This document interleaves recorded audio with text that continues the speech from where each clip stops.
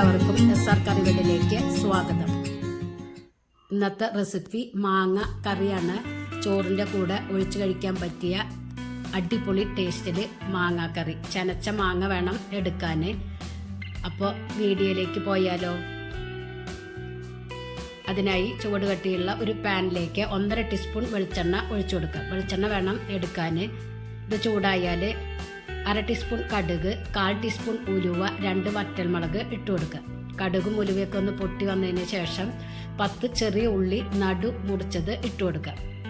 ഒരു ചെറിയ കഷ്ണം ഇഞ്ചി ചെറുതായി കട്ട് ചെയ്തതും 2 പച്ചമുളക് കട്ട് ചെയ്തതും ഇട്ട് കൊടുക്കുക. ഉള്ളി ട്രാൻസ്പെറൻ്റ് ആയാൽ മതി, നല്ലവണ്ണം വഴറ്റിയെടുക്കേണ്ട ആവശ്യമില്ല.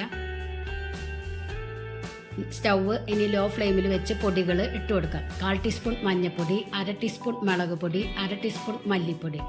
എന്നിട്ട് നല്ലവണ്ണം റോസ്റ്റാക്കി എടുക്കുക. പൊടികൾ കരിയാണ്ട് വേണം റോസ്റ്റ് ചെയ്തെടുക്കാൻ. ഇതിലേക്ക് 2 കപ്പ് തിളച്ച വെള്ളം ഒഴിച്ചു കൊടുക്കാം.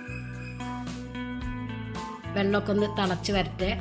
തിളച്ച് വന്നതിന് ശേഷം അരിഞ്ഞു വെച്ച മാങ്ങ ഇട്ട് കൊടുക്കുക. തൊലിയോട് കൂടിയിട്ട് വേണം മാങ്ങ എടുക്കാൻ.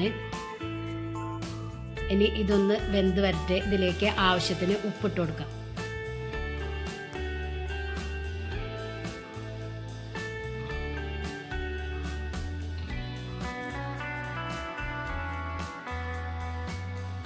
ഇപ്പോൾ ഇത് മാങ്ങയൊക്കെ വെന്ത് വന്നിട്ടുണ്ട്.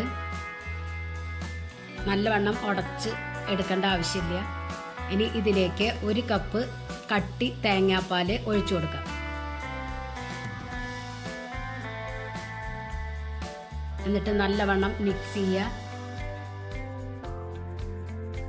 ഒന്ന് ചെറുതായി തിളച്ച് വന്നാൽ മതി. നല്ലവണ്ണം തിളപ്പിച്ചെടുക്കേണ്ട ആവശ്യമില്ല. നല്ലവണ്ണം തിളപ്പിച്ച പാല് പിരിയാനുള്ള സാധ്യത ഉണ്ട്.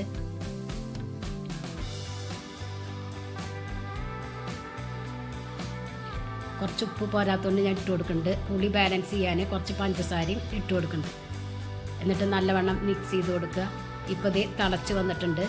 ഇനി ഇതിലേക്ക് 1 ടീസ്പൂൺ വെളിച്ചെണ്ണയും കുറച്ച് കറിവേപ്പിലയും ഇട്ട് കൊടുക്കുക. സ്റ്റൗവ് ഓഫ് ചെയ്യുക. അടിപൊളി ചോറിൻ്റെ കൂടെ കൂട്ടി കഴിക്കാൻ പറ്റിയ ഒഴിച്ചു കറിയാണ്. എല്ലാവരും ട്രൈ ചെയ്ത് നോക്കി ഫീഡ്ബാക്ക് അറിയിക്കാം. നിങ്ങൾക്ക് ഈ ചാനൽ ഇഷ്ടമാവുകയാണെങ്കിൽ പ്ലീസ് ഒന്ന് സബ്സ്ക്രൈബ് ചെയ്യുക, ലൈക്ക് ചെയ്യുക, ബെല്ലൈക്കൺ ഒന്ന് അമർത്തുക.